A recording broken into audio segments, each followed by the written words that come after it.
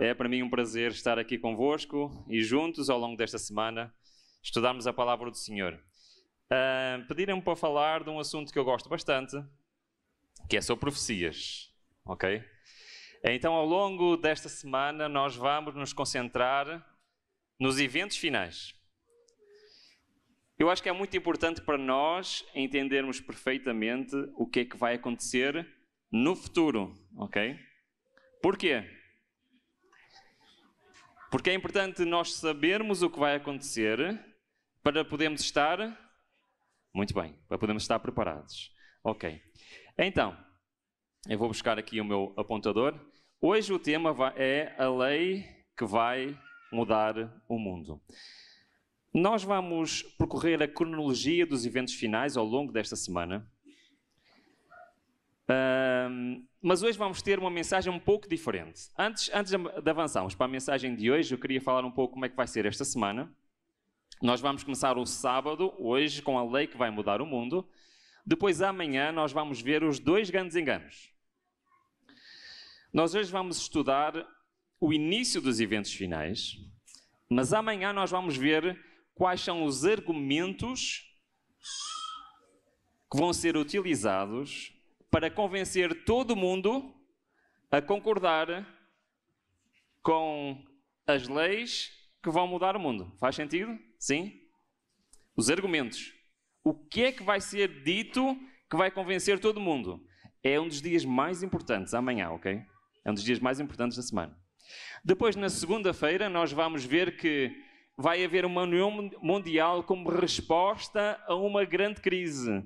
Nós vamos estudar quão importante essa crise vai ser nos eventos finais e fazer a ligação para terça-feira, onde vamos falar, é um tema um pouco estranho, tá bom? Bitcoin e os eventos finais. Nós vamos focar no papel da tecnologia. O papel que a tecnologia vai desempenhar no futuro. Na quarta-feira nós vamos falar da igreja, o tema é sacudidura. É muito importante este tema também. Quinta, nós vamos nos focar nos últimos meses da história desta terra. E na sexta, nós vamos nos focar em Daniel, capítulo 12, e vamos estudar aquilo que é a ressurreição especial. Tá bom? Para terminarmos no sábado, no próximo sábado, a falar sobre a tropa de elite de Deus nesta terra. Esta tropa que eu quero fazer parte. E gostava que vocês todos fizessem parte. Amém? Ok, esta é uma revisão como vai ser esta semana, mas como eu vos disse, hoje vai ser um tema diferente. Porquê? A lei que vai mudar o mundo. Eu podia pegar num texto da serva do Senhor e em 2 parágrafos fazer o resumo de tudo que vamos falar esta manhã. Mas a mensagem de hoje tem um objetivo claro. O que é isto? É que muitas vezes os adventistas são vistos como um povo que inventou teologia escatológica. O que é isto? Desculpem o termo, tá bom? O que é isto? Somos acusados de terem inventado profecias e interpretações proféticas sobre o tempo do fim. Não sei se já aconteceu com vocês. Dizerem o seguinte, mas Ruben, onde é que na Bíblia diz de decreto dominical? Onde é que a Bíblia fala de países e potências no tempo do fim? Já aconteceu com vocês? Então nós vamos fazer um exercício esta manhã. Nós vamos fazer, não vai ser um sermão normal, vamos fazer um estudo bíblico, pode ser?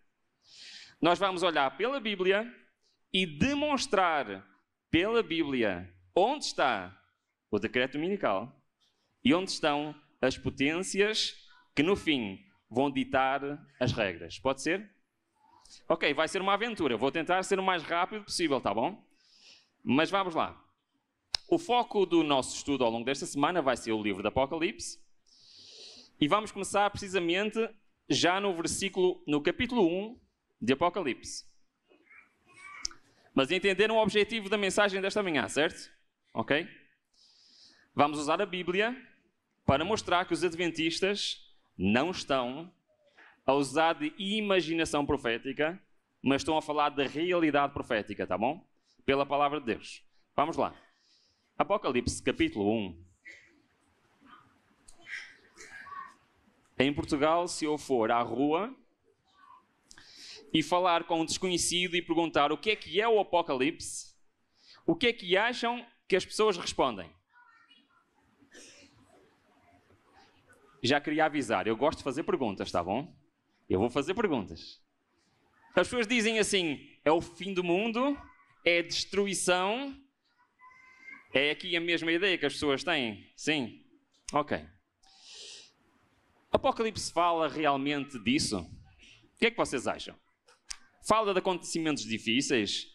Fala também de destruição? De épocas de angústia? Fala ou não fala? Sim, ok. Mas, logo no versículo 3, reparem o que é que diz. Diz assim, feliz aquele que lê as palavras desta profecia e felizes aqueles que ouvem e guardam o que nela está escrito, porque o tempo está próximo. O que é que vocês acham em relação a isto? Então, um livro que fala de tempo de angústia, que fala de coisas difíceis, começa por dizer o quê? Feliz é aquele que lê, é aquele que ouve e aquele que... Nós esta semana vamos estar a cumprir estas palavras. Certo? Mas é muito interessante que o livro do Apocalipse, no capítulo 22, versículo 7, termina com um texto paralelo com este. E o que é que diz agora neste texto? Olha, reparem bem. Eis que cedo venho, feliz é aquele que guarda a palavra da profecia deste livro. Qual é a diferença entre estes dois textos?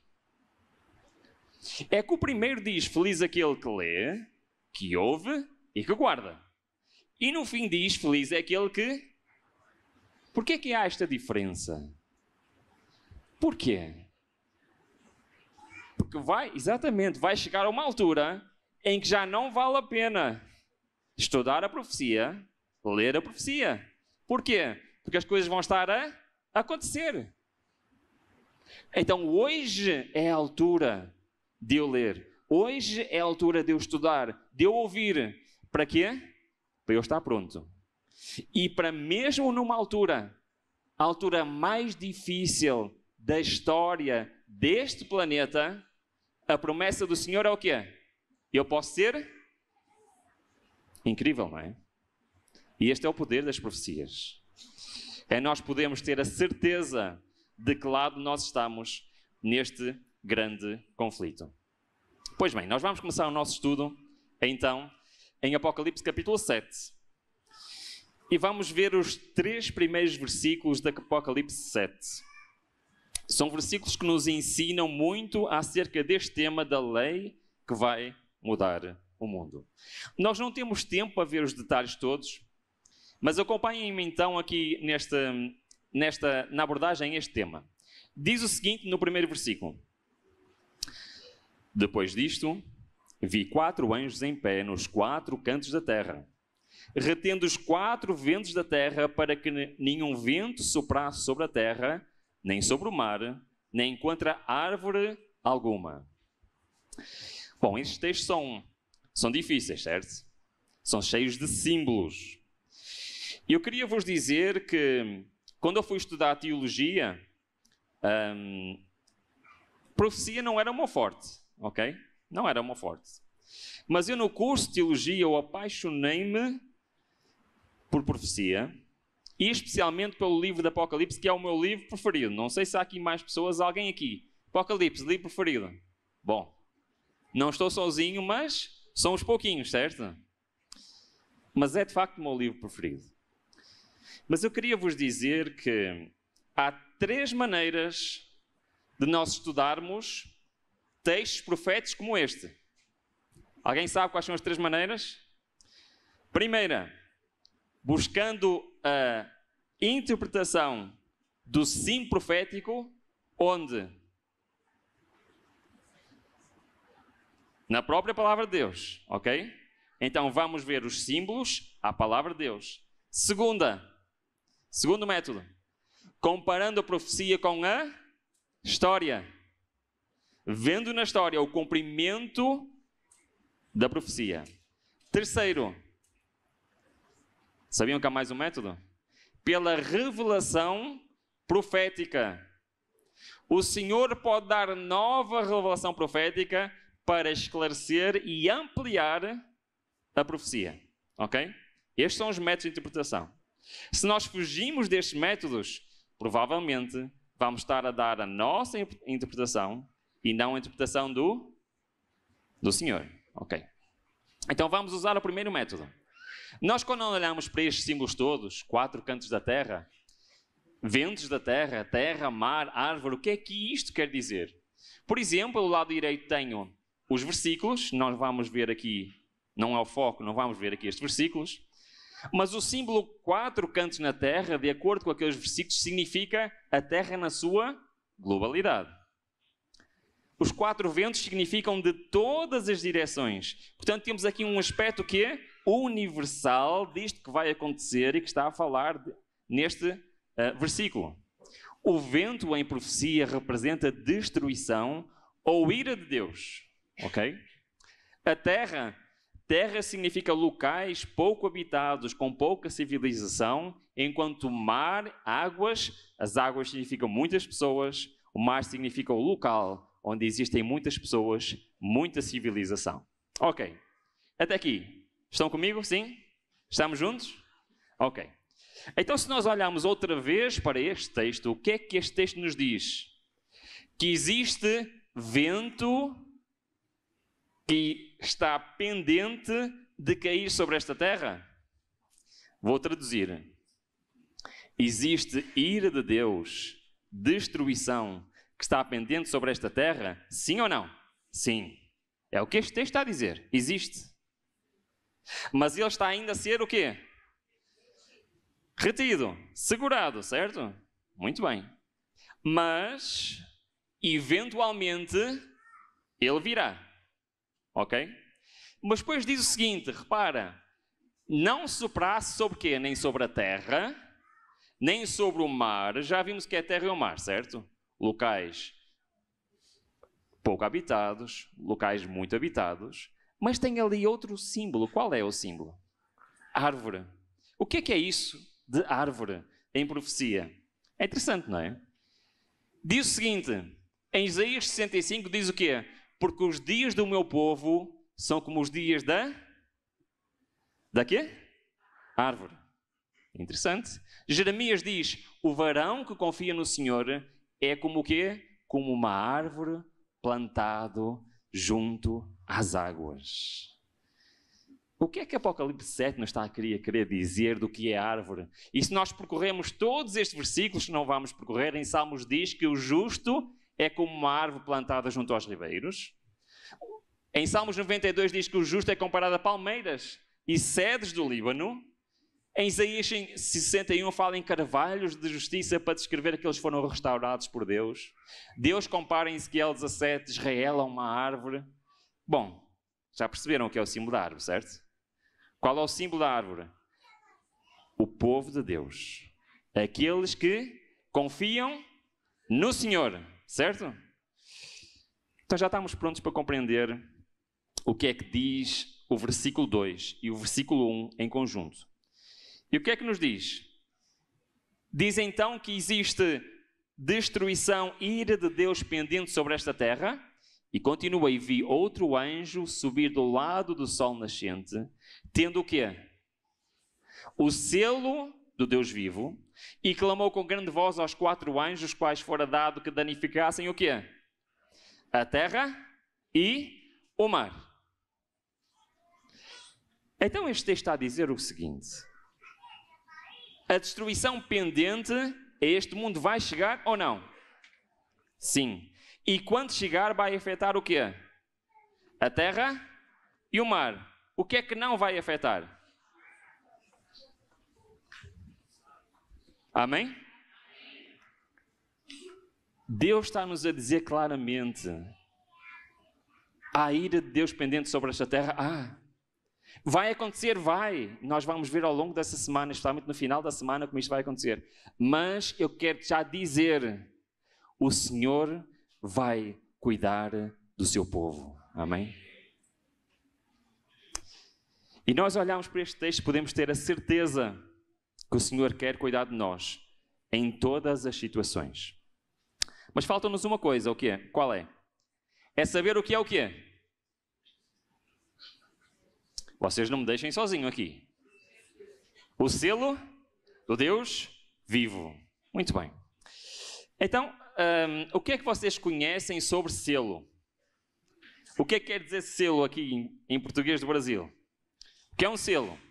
Em Portugal um selo serve, por exemplo, para enviar uma carta. Servia, não é? Agora já não se usa tanto isso. Mas tinha um outro significado. Selar documentos oficiais. Certo? Já ouviram falar do lacre? Sim? Então, punha-se umas pinguinhas de lacre e selava-se. E tanto servia para enviar uma mensagem que ninguém podia ver, só a pessoa que quebrasse o selo é que podia ver, como servia também para autenticar documentos. Aqui é igual? Sim. Ok. Mas este símbolo nós temos que recuar ao passado. E o que era no passado um selo? Um selo era algo que servia para autenticar documentos, em especial o que é? Promulgar, alguém sabe? O quê? Promulgar leis. Certo? Ainda se passa aqui no Brasil, em Portugal, uma lei que é aprovada no Parlamento tem que ir ao Presidente da República para ser promulgada. O que é isso? Ele tem que assinar. Só quando ele assinar é que aquela lei está o quê? Válida. E era isso que acontecia no passado. Os reis tinham que promulgar as leis com um selo real. E o selo real era o quê? Um anel. Um anel sinete. E este anel servia para um rei promulgar uma lei. Nós temos pelo menos 2 histórias bíblicas em que aparece um anel sinete. Conhecem essas histórias? Quais são? Vamos dar um exemplo. José. Quando José do Egito revelou ao rei o que ia acontecer, o que é que o rei fez? Colocou-o como quê? Como governador. E o que é que ele deu a José especificamente? O anel sinete. Porquê? O que é que isso significa? José podia promulgar leis. Perceberam? Sim? Ok, é isso mesmo. Aqui no Brasil, há 2 anos atrás, saiu esta notícia da revista Caras. É uma revista, certo? Penso que é uma revista, é um jornal. E então dizia o seguinte, o rei Carlos III, saiba qual é a história do anel que ele usa no dedinho. E o que é que dizia lá na notícia? Dizia o seguinte, atualmente, Charles usa um anel sinete de ouro que representa o seu título de Príncipe de Gales. A joia tem 175 anos e traz o brasão do Príncipe de Gales e a frase "Ik dien", não sei muito bem dizer isto porque é numa língua que eu não sei falar, que significa eu sirvo. O item é um lembrete de que ele é o primeiro na linha de sucessão da coroa britânica e seria coroado. Então, ainda hoje em dia ainda existe o quê? Anéis sinetes. E o anel sinete tem 3 características. Identifica em primeiro lugar o que é? A quem pertence. Identifica qual é o seu título e qual é o seu território. Ok? Perceberam sim ou não? 3 coisas. Quem é? O título e o território. E eu acho isto muito interessante. Porque a lei só podia ser promulgada se tivesse lá um selo a dizer o quê? A quem a lei pertence, qual o título que dá autoridade para promulgar aquela lei e qual o território para qual aquela lei se destina. Certo? Agora eu quero que pensem comigo. Eu sei que os irmãos sabem, mas estamos a fazer um estudo pela palavra de Deus, pela Bíblia sobre isto. O que é que na lei de Deus demonstra a quem ela pertence? Qual é o seu título? E qual é o território de domínio? É muito interessante, não é? Então vamos lá. Diz o seguinte: lembra-te do dia de sábado para o santificar. 6 dias trabalharás, é o sábado do Senhor teu Deus, nesse dia não farás trabalho algum, porque em 6 dias fez o Senhor o céu e a terra e tudo o que neles há, e ao 7º dia descansou. Por isso o Senhor abençoou o dia do sábado e o santificou. Reparem que neste texto do 4º mandamento, nós temos aqui a identificação a quem pertence esta lei, sim ou não? A quem é? Deus. Temos a identificação do seu título que dá soberania sobre esta terra, sim ou não? O que é? Ele é o Criador. Boa. E temos a indicação do território do seu domínio, sim ou não? Qual é?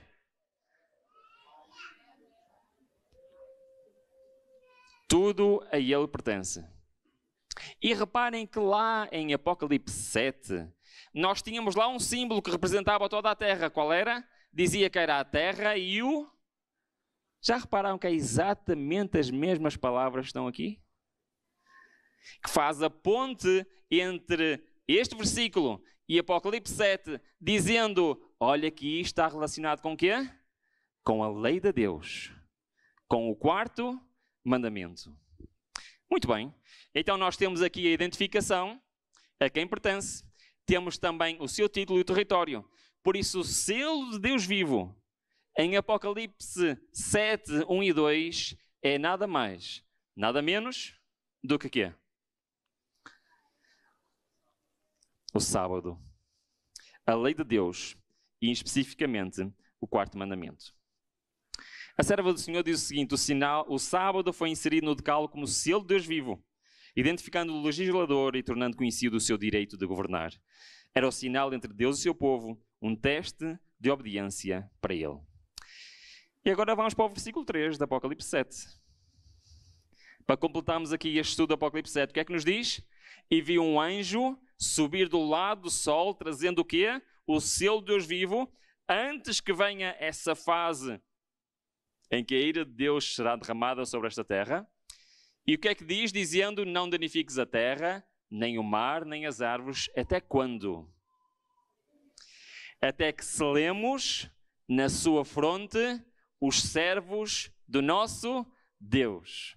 Então este selo vai servir para identificar nos eventos finais quem são as árvores. Perceberam o que eu disse, sim ou não? Quem é que são as árvores? Aqueles que confiam no Senhor, o seu povo, certo? Então elas vão ser identificadas como? Pelo selo na sua... Então vamos andar aqui com selo na nossa testa, é isso? Não.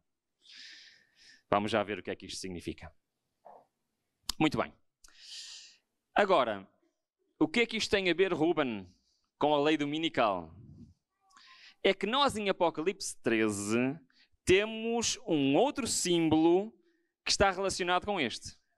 Qual é o símbolo que temos em Apocalipse 13? Encontra-se no versículo 16. E o que é que diz? A todos, pequenos e grandes, ricos e pobres, livres e escravos, faz com que recebam uma marca onde? Na mão direita. E aonde? Então, uns serão selados na fronte pelo selo de Deus vivo, outros serão selados com esta marca, onde? Mão direita ou na testa. Estamos todos de acordo até aqui, sim ou não? Sim? Ok. Então nós temos duas marcas, dois selos, dois sinais. Um já sabemos que é o sábado e o outro é uma contrafação do selo de Deus vivo. E esta contrafação, reparem bem, será colocado na mão direita ou na fronte, para que não haja dúvidas. Ok? Vou perguntar outra vez, onde é que vai ser colocada? Mão direita ou na fronte? Mas Ruben, eu ainda tenho algumas dúvidas. Como é que tu podes ter a certeza que isto está relacionado com a lei de Deus, está relacionado com o sábado? É muito simples. Vou fazer uma pergunta. Em que capítulo da Bíblia estão os 10 mandamentos? Muito bem. Falta um. que está em 2 capítulos da Bíblia. Qual é o outro? Deuteronômio capítulo 5. Sabiam, certo? Deuteronômio capítulo 5, temos outra vez os 10 mandamentos. Então, Deuteronômio capítulo 6, como é que começa? Reparem bem. Começa o seguinte, é a continuação. Está os 10 mandamentos, versículo 1, capítulo 6. Estes, pois, são o quê? Os mandamentos. Então, este versículo 6 está a falar de quê? Da lei de Deus. Agora, reparem bem o que é que diz em relação à lei de Deus. Isto é muito importante, faz a ponte para Apocalipse 13.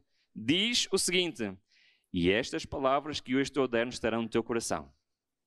As ensinarás a teus filhos, e delas falarás sentado em tua casa, e andando pelo caminho, ao deitar-te e ao levantar-te. Também vais pegar no quê? A lei do Senhor, e vais fazer o quê? Vais atar por sinal na tua mão, e te serão por frontais. Onde? Na tua testa. Então, Apocalipse 13 está a falar da lei de Deus ou não está? Está. Porque está a dizer que temos que pôr essa marca onde, no sítio onde deve estar o quê? A lei de Deus. Então temos a lei dos homens e temos a lei de Deus. E há aqui um pormenor que eu acho que é muito importante.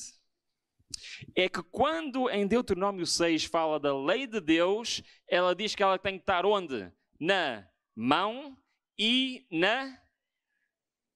Mas quando lá em Apocalipse 13 fala da marca da besta, da contrafação da lei de Deus, não diz e, diz o quê? Ou. Qual é a diferença entre i e ou? Alguém sabe?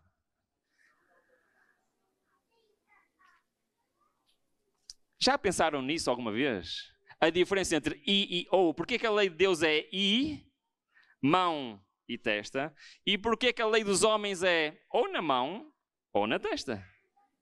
Primeiro, o que é que quer dizer ter a lei de Deus na mão, a lei de Deus na testa? O que é que isto quer dizer? Sabem que lá em Israel, os judeus ortodoxos literalmente colocam uma caixinha na testa com os 10 mandamentos e colocam uma fita no braço para dizer que estão a colocar a lei de Deus na mão direita e na testa. É isso?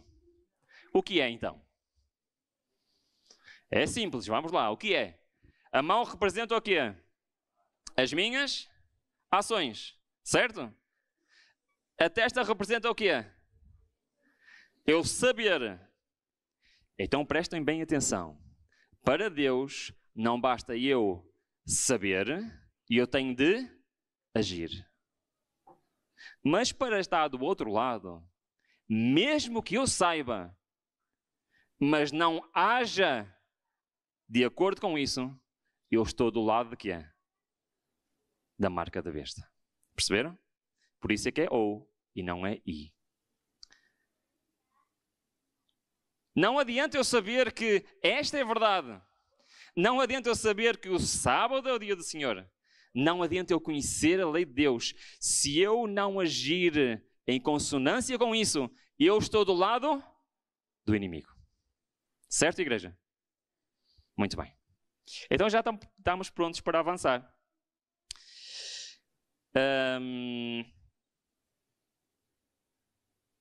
E nós temos aqui o quadro já completo. E só nos falta saber então corretamente o que é a marca da besta para termos então aqui o nosso quadro deste estudo completo. E o Apocalipse 13 fala-nos em 2 poderes, certo? Já todos ouviram falar? 2 poderes, quais são? Um poder que subiu do mar, a besta que subiu do mar, e eu queria vos dizer que, pelo menos em português de Portugal, não é muito bonito chamar besta a uma pessoa. Também não, não é? Mas temos que nos lembrar que quando João Ferreira de Almeida escreveu a primeira tradução para português da Bíblia, ele usou esta palavra que no português antigo queria dizer o quê? Alguém sabe? Animal selvagem. Por isso, simplesmente esta palavra quer dizer animal selvagem. Não estamos a chamar um nome feio a ninguém. É um animal selvagem. E ele viu, literalmente, João viu um animal selvagem que ele não sabe identificar. Então, nós temos um animal que saiu do mar e temos um animal que saiu de onde? Da terra. E eu quero fazer uma pergunta. Onde é que nós vimos mar e terra já? É interessante, não é? Vimos em Apocalipse capítulo 7. Vimos em Êxodo capítulo 20, mar e terra. E mais uma vez nós vemos que estas duas bestas, uma sai do mar e outra sai da terra. Uma sai num sítio onde existem muitas pessoas, outra sai num sítio onde existem poucas pessoas. Mas juntas representam ou não a globalidade deste planeta. Certo? É esse o símbolo. Ok. Então estamos prontos para continuar. Uma saiu do mar, outra saiu da terra. Então quem são estas bestas do mar? Quem é esta besta da terra? E vamos olhar logo para o versículo 2. O que é que nos diz?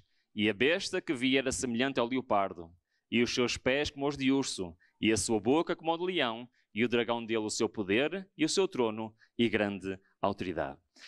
Agora nós vamos usar o segundo método de aprendermos e interpretarmos a profecia. Qual é o segundo? Lembram-se?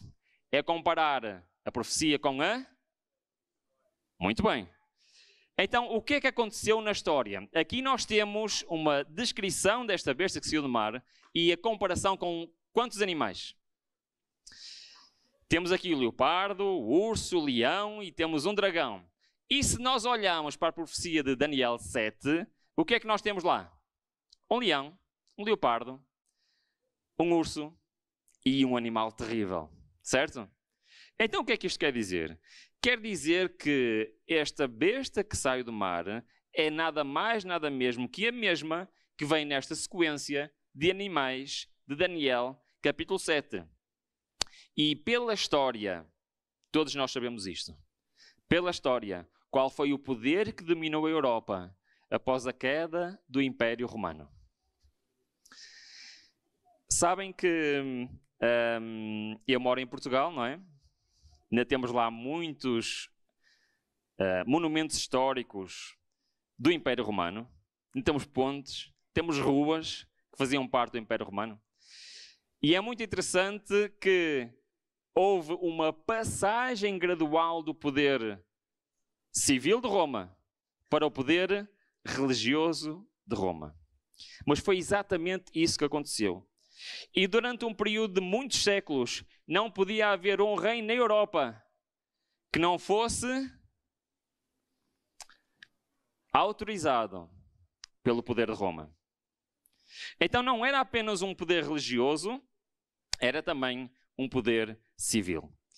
Mas se tivéssemos dúvidas, bastaria olhar logo para o primeiro versículo que diz que este poder tem o quê? Nomes de blasfémia. E o que é blasfémia na Bíblia? Sabem o que é? Blasfémia. Diziam de Cristo, o que é que tu andas a fazer? Isso é blasfémia, porque sendo tu homem te fazes o quê? Deus a ti mesmo. O que é que eles queriam dizer com isto? Jesus, vendo a fé deles, disse, filho, perdoados estão os teus pecados. E a resposta dos fariseus qual foi? Porque dizeste assim blasfémias. Quem pode perdoar pecados a não ser? Então, biblicamente, blasfémia é o quê? É colocar no lugar de Deus e achar que tem autoridade de fazer o quê? Perdoar pecados. Qual é o movimento cristão que acha que tem essa capacidade de perdoar pecados? É exatamente isso. Eu acho muito interessante, na revista Sábado, lá em Portugal, saiu esta notícia. Há pecados que só o Papa e os bispos podem perdoar. Eu não sabia disto. Há pecados que são tão graves que o padre normal não pode perdoar, só o Papa e os bispos. Então temos aqui facilmente identificado quem é este poder de Apocalipse 13, que vai do versículo 1 ao versículo 10. E isto sim foi o que aconteceu durante o período da autoridade. Fez guerra aos santos e vencê-los. E deu-se-lhe autoridade sobre toda tribo, povo e língua e nação. Está identificado, sim ou não? Agora, como é que eu pela Bíblia identifico? E é a última parte, já estamos a acabar, está bem? Já estão cansados? Não? Como é que eu pela Bíblia e usando apenas os métodos de Bíblia e história, eu consigo identificar, sem sombra de dúvidas, quem é a besta que saiu da terra. Acham esta mais difícil, sim ou não? Não? Vamos lá? Para isso, nós vamos ver a última profecia de hoje. Mas antes, para termos a certeza exatamente das ideias, reparem o que é que este poder de Roma diz em relação àquilo que é a sua marca de autoridade. Lembram-se? Diz o seguinte: o domingo é a marca de nossa autoridade. A igreja está acima da Bíblia e a transferência da prática do descanso sabático é prova desse facto. É claro que a Igreja Católica afirma que a modificação foi o ato seu e uma marca de poder eclesiástico e uma autoridade em questões religiosas. Digam uma coisa. Vocês acreditam que a Igreja pode alterar o que está escrito na Palavra de Deus? Sabem que só existe uma diferença entre um católico e um protestante? Uma diferença. Não, Ruben, existem muitas diferenças. Não. Existe uma diferença que faz com que depois existem muitas diferenças. Só existe uma. É que no catolicismo aceita-se que a Igreja tem autoridade acima da palavra de Deus. No protestantismo, aceita-se que a autoridade está onde? Na palavra de Deus. Essa é a diferença. Tudo o resto é consequência desta diferença. Então, se eu... Reparem bem no que eu vou dizer, não interpretem mal. Se eu acredito que a Igreja tem autoridade acima da palavra de Deus, tem lógica guardar o domingo ou não tem? Tem. Tem lógica eu venerar santos? Tem. Porquê? Porque eu acredito que a Igreja tem autoridade acima da palavra de Deus. Ora, essa foi a grande descoberta da Reforma. Se eu não acredito nisto, se eu acredito que a autoridade está na palavra de Deus, então tudo muda de figura. Certo? Estão comigo ainda? Sim? Ok. Então, qual é a marca? É o domingo. Não há dúvidas. Porquê? Porque é exatamente o que este poder fez ao longo dos séculos. Foi pegar na lei de Deus e alterar a lei de Deus. E qual foi o mandamento que foi realmente riscado, apagado e substituído? Foi o quarto mandamento, o sábado, que identifica o Criador e que é o selo do Deus vivo. Então vamos lá ver quem é a besta da terra. Para isso vamos para Ezequiel 21. E eu tenho 7 minutos para acabar, por isso vamos ter que ser rápidos. O relógio está ali a olhar para mim. Agora 6 minutos. Ezequiel capítulo 1. Já ouviram falar da profecia de Ezequiel capítulo 1? Desculpem, não é capítulo 1, capítulo 21. Sim, é que está certo. Nós temos uma profecia em Ezequiel capítulo 1 que nos vai ajudar a identificar quem é o último poder aqui na Terra que vai dominar junto com este poder as cenas finais da história deste planeta. Já acharam? Ezequiel 21, vamos ler, diz assim: Assim diz o Senhor Deus, tira o diadema, remove a coroa. Esta não será a mesma. Exalta ao humilde e humilha o soberbo. Ao revés, porei aquela coroa, e ela não será mais, até que venha aquele a quem pertence direito, e a ele a darei.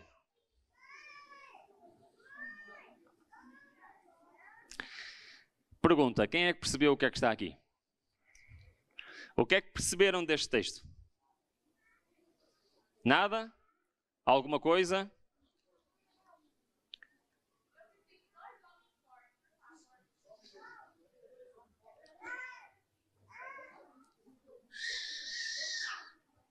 Ok, temos aqui uma pequena interrupção.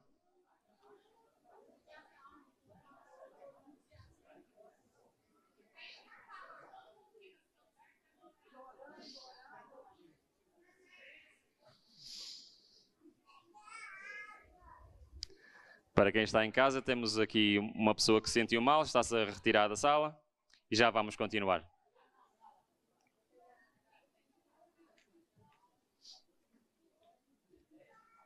Vamos só aguardar um momentinho. Ok, já está a situação resolvida.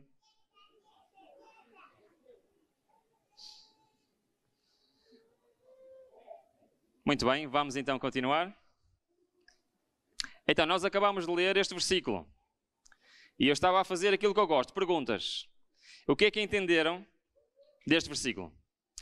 Isto é uma profecia que foi dada ao último rei de Israel antes da conquista por Babilónia. Perceberam? Babilónia estava quase a conquistar Israel e o Senhor manda o seu profeta com uma profecia para o último rei de Israel. E o que é que esta profecia diz?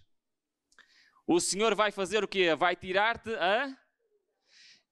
tirar a coroa, o que é que isto quer dizer? Tirar-te o teu reino, o teu poder, a tua autoridade, certo?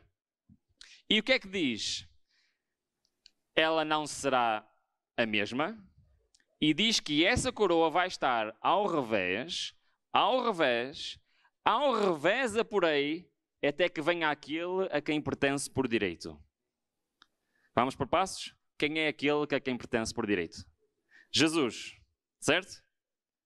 Então, o reino, o poder, estava onde? No povo de Israel.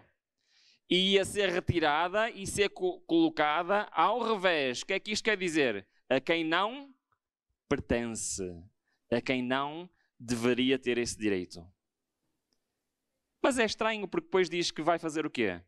Ao revés, e depois ao revés, e sempre ao revés, até que venha Jesus. Ou seja, este texto está-nos a dizer que o poder e a autoridade que estava no povo de Deus ia ser colocado noutro povo, que depois ia ser colocado noutro povo, e depois noutro povo, até quando? Até à vinda de quem? De Jesus. E sempre colocado a quem não deveria de pertencer. Então este texto está-nos a dizer que vai haver uma linha de quê? A autoridade desde Israel até quando? Estamos juntos? Até quando? Segunda vinda de Cristo, certo? Então o que é que nós temos que fazer? Olhar para a história e ver se isto realmente aconteceu. Será que foi isto que realmente aconteceu? E vamos lá, temos 2 minutos. Então o que é que aconteceu? Vamos ler. Diz-nos assim a serva do Senhor, citando este versículo. Diz o seguinte: a subversão final de todos os domínios terrestres está claramente predita na palavra da verdade.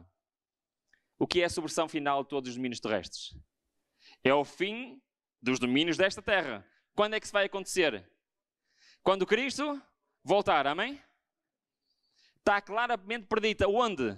Exatamente neste texto que acabamos de ler. Olha, reparem. Na profecia proferida quando a sentença divina foi pronunciada sobre o último rei de Israel, deu-se esta mensagem e começa a citar exatamente este versículo. E termina a dizer o quê? A coroa removida de Israel passou sucessivamente por onde? Para os reinos de Babilónia, Medo-Pérsia, Grécia e Roma. E vai continuar até quando? Até que Jesus venha. Então vamos olhar para a história. E foi exatamente isso que aconteceu inicialmente. Então nós vemos que, precisamente no ano 605 a.C., Israel foi invadido e conquistado por Babilónia. Mas no ano 539, Medo-Pérsia veio e o que é que fez? Conquistou. Então depois veio a Grécia no ano 331 a.C. e conquistou a Medo-Pérsia. E no ano 168 a.C., quem é que conquistou a Grécia? Roma. Parou por aqui? Não. O que é que veio a seguir? Ano 538 depois de Cristo. Quem passou a ser a autoridade? E eu quero fazer aqui um parênteses. A autoridade que vai lutar contra o povo de Deus. Perceberam o que eu disse? Porque há mais impérios e mais domínios ao redor do mundo, ao longo da história. Mas estes são aqueles que pressionavam o povo de Deus a não adorar o Senhor. Foi isso que aconteceu ao povo de Israel em Babilónia. Foi isso que aconteceu na Medo-Pérsia. Foi isso que aconteceu na Grécia, em Roma. Foi isso que fez Roma papal. O que é que eles fizeram? Perseguiram ou não aqueles que queriam continuar a ser servos ao Senhor. E é muito interessante que depois de Roma papal aconteceu algo. Quem terminou com a autoridade de Roma papal? Alguém sabe? Napoleão, muito bem. No Império da França, no ano 1798. Então, de acordo com a profecia de Ezequiel, quem ficou com a coroa da autoridade? A França. E neste pequeno período de tempo em que a França tinha este império, eles perseguiram o povo de Deus, sim ou não? Apocalipse capítulo 11 tem um capítulo inteiro da Bíblia em Apocalipse a falar sobre isto. É incrível, não é? Mas o que é que aconteceu a este império? E qual foi o império que veio a seguir?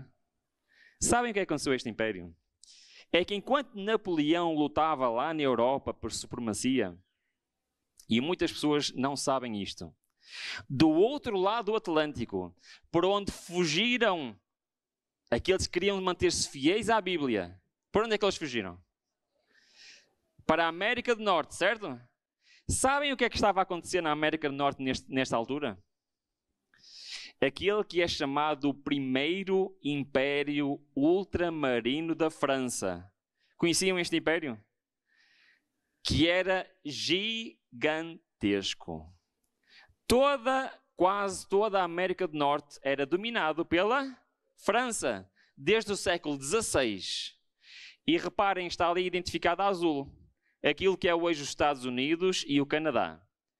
E reparem a extensão do Império Francês na América do Norte. Se continuasse a existir, seria seguramente o primeiro ou o segundo país maior do mundo. Mas o que é que aconteceu? Isto é muito interessante, porque Napoleão estava a fazer uma guerra muito grande. E ao mesmo tempo, aqui também havia guerra, porque ali do lado direito era o quê? A Inglaterra. Nova Inglaterra. E reparem, é bem mais pequenina que o azul ali. O que é que vocês acham? Muito mais pequenina. Mas à medida que havia guerra na Europa, também havia ali guerra naquelas fronteiras. E a Inglaterra estava a começar a recuperar terreno. Quando aconteceu uma guerra dentro da própria Nova Inglaterra. Foi a Guerra da Independência. E deixou de ser Nova Inglaterra, passou a chamar-se o quê? Estados Unidos. E os Estados Unidos era aquele bocadinho ali. Sabiam que os Estados Unidos era aquele bocadinho ali? E estavam a aproveitar a fraqueza da França, que estava concentrado na guerra na Europa, para tentar conquistar mais terreno à França. Até que em 1803, Napoleão teve uma ideia brilhante. Ele precisava de dinheiro para financiar a guerra na Europa. Então ele propôs uma coisa aos Estados Unidos. Sabem o que é que ele propôs? Eu quero-vos vender todo este território. E em 1803 foi exatamente isto que aconteceu. Está ali uma cópia do Tratado de Louisiana, onde a França vendeu todo o seu império ultramarino aos Estados Unidos. E aqui nesta imagem temos ali o baixar da bandeira francesa e o elevar da bandeira dos Estados Unidos. Foi aqui que a França deixou de ser o império que era e passou o seu poder para quem? Para os Estados Unidos. 1803. O poder que ainda hoje é a maior autoridade neste planeta. E mais, reparem, todos estes poderes perseguiram a quem? A quem é que eles perseguiram? Àqueles que querem ser fiéis ao Senhor. E este não vai ser exceção. E é isto que nós vamos ver ao longo desta semana. Quais vão ser os argumentos usados por estes dois poderes? Quais vão ser as consequências desses argumentos e como se vão desenvolver a cronologia dos eventos finais. Amanhã vamos começar esta viagem. Espero que tragam os vossos cintos de segurança, o vosso bilhete, e vamos percorrer os eventos finais e ver o que é que o Senhor tem preparado para o seu povo nos últimos dias da história deste planeta. Amém?